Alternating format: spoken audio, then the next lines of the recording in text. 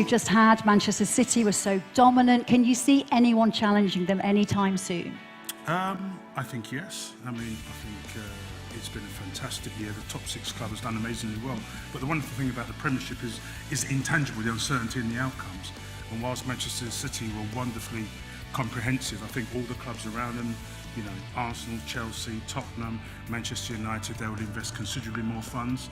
And I think by the outcome today, I think the top 6 with the overseas TV rights have got more money, and that's going to be invested in players. So I think every year we keep saying the narrative, the Premier League is going to be another fantastic year. I think next season obviously will confirm the same. Talk to us about the Champions League final, because everyone was talking about Ronaldo wanting to leave Real Madrid and Bale perhaps as well. But as a mum, the thing that I was really upset about was Loris Karius, and I just wanted to hug that goalkeeper. Is he done now at Liverpool? I hope not. Listen, he's a young man. He's obviously a very talented young man. He's gone through a set of emotions now that probably no player would want to experience. But I think that one thing that I'm assured about, I think he's got character, he's got mental resilience, he's obviously very talented. And I think, you know, I hope there's perseverance and support for him. I think that's the main thing. And hopefully, you know, we've all made mistakes, errors of judgment. That's a huge platform. But life goes on. You know, you've got to put it into context. And I think the most important thing is he'll get support from his club, and he's got to move on and continue with his career. And what about the World Cup, the England players? Much talk about racial abuse on the terraces in Russia. What should the players do if they get that during a match?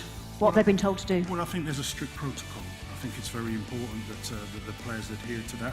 I think first and foremost they have to report it to the captain, report it to the coach. You know, there's an etiquette that's clearly established, and I think that it's going to be very, very challenging. But I think, you know, you've spoken about Gareth Southgate today, and you know, I mean, he's a fantastic manager, an outstanding young man of the highest order, and he's galvanised the team, he's managed the media fantastically well. And I think one of the things that he's done that many people's not really touched on, it's the way he's broken down those barriers. Historically, he had the Liverpool, Manchester United rivalries. He's galvanised his squad to a lovely, collective, cohesive unit. And I think ultimately we're going to have a very, I'll say, productive World Cup. Well, that was quite low-key, wasn't it, Paul? Thank you. Mike, would you like to come and open the envelope and tell us who has won this award? Philippe, but Mike, he's with us, but his voice is a little bit okay. frail. So Sorry.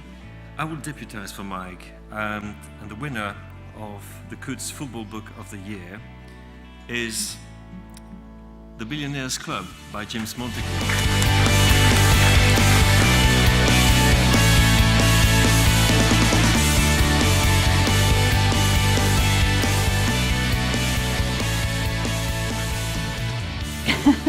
Wow, thank you very much. This is massively unexpected. Thank you very much to Bloomsbury for taking a risk on the book, and to my agent Rebecca Winfield, and sticking by me all the way through it. But we've been talking a lot about football clubs here and Manchester City and winning the title and what it means and the great football that's being played. But we should never forget that Manchester City is owned by an autocratic regime, and where that money comes from is somewhere very dark.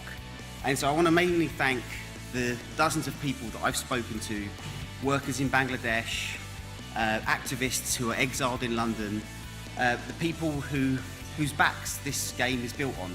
And if there's one thing that this book, I hope does, is give their stories, because where football is heading is not a particularly positive place. So thank you very much.